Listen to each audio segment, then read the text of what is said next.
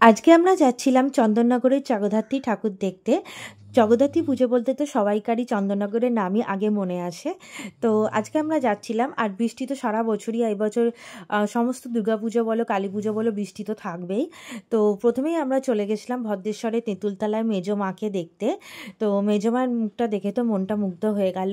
আর গত বছর শুধু রানীমাকে দেখেছিলাম, তো এবছর মেজো মাকে আর আদিমাকে দুটো ঠাকুরই দেখেছিলাম। তো ওখানে অনেকক্ষণ থাকার পরে উল্টো দিকে বসার জায়গা ছিল, ওখানে কিছুক্ষণ বসেছিলাম।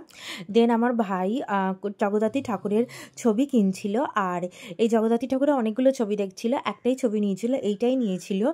তো এটার প্রাইসটা আমি মেনশন করে দেবো পরে, মানে তোমরা কমেন্টে বললে আমি লিখে দেবো। আর খুব ভালো ছিল, ঠাকুরের সবকটা মূর্তি আমার খুব ভালো লাগছিল, কোনটা ছেড়ে কোনটা নেব বোঝাই যাচ্ছিল না। খুব সুন্দর সুন্দর মূর্তি ছিল আর বিভিন্ন রকম ডিজাইনের। আর চন্দননগরে গেলে তো সবাই এটা নিয়ে আসবেই একটা না একটা। দেন ওখানে একটা জায়গায় লুচি তরকারি বিক্রি হচ্ছিল, তো লুচি তরকারিটা খেতে খুব টেস্টি ছিল, আর লুচি তরকারিটা আমরা খেয়ে নিয়েছিলাম। দেন ওখান থেকে আমরা চলে গেছিলাম আদিমাকে দেখতে। তো আদিমা হচ্ছে চন্দননগরের সবচেয়ে পুরাতন যে জগদ্ধাত্রী ঠাকুর, সেটি হচ্ছেন আদিমা। আর ইনিও খুবই জাগ্রত, আর আমাদের সামনেই অনেকে মানত করছিল, তো আমরা ওখানে গেছিলাম।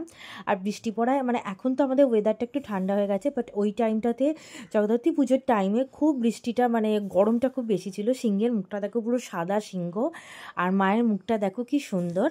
আর এখানে লেখাও ছিল যে এটা চন্দননগরের প্রাচীনতম জগদ্ধাত্রী পুজো, আদিমা। আর দেন ওখানে ভাই পুজো দিয়ে দিয়েছিল, আর আমরা তারপরে পুজোর প্রসাদটা খেয়ে নিয়েছিলাম। আর এখানে একটা দোকানে ব্যাগ বিক্রি হচ্ছিল, আর ব্যাগের প্রাইসগুলো ছিল 100 টাকা করে, কিন্তু সেলাইগুলো একদমই ভালো ছিল না, সেজন্য দেখতে সুন্দর হলেও নিতে পারিনি। দেন ওখান থেকে বেরিয়ে আরেকটা ঠাকুর দেখলাম, ঠাকুরটা দেখো কত বড় আর কি সুন্দর, মুখটা ডিজাইনটাই পুরো আলাদা। দেন ওখানে এই ঠাকুরটা আমরা দেখেছিলাম, দিয়ে যখন চলে আসছিলাম তখনই শ্যুট করলাম।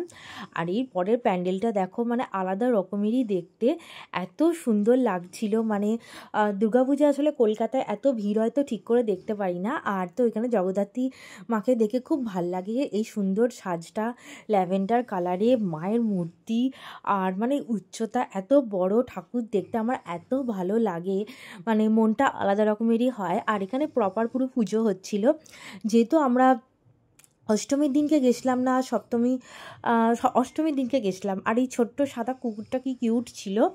আর এই ঠাকুরটাকে দেখো কত বড়, মানে কত উঁচু। আর এখানে সিংহের কিন্তু রূপোর মুকুট পরা, মালা পরা, তো সিংহেরও এখানে খুব সুন্দর সুন্দর গয়না পরানো হয়। পার্ট 2টা খুব তাড়াতাড়ি আছে। সাবস্ক্রাইব।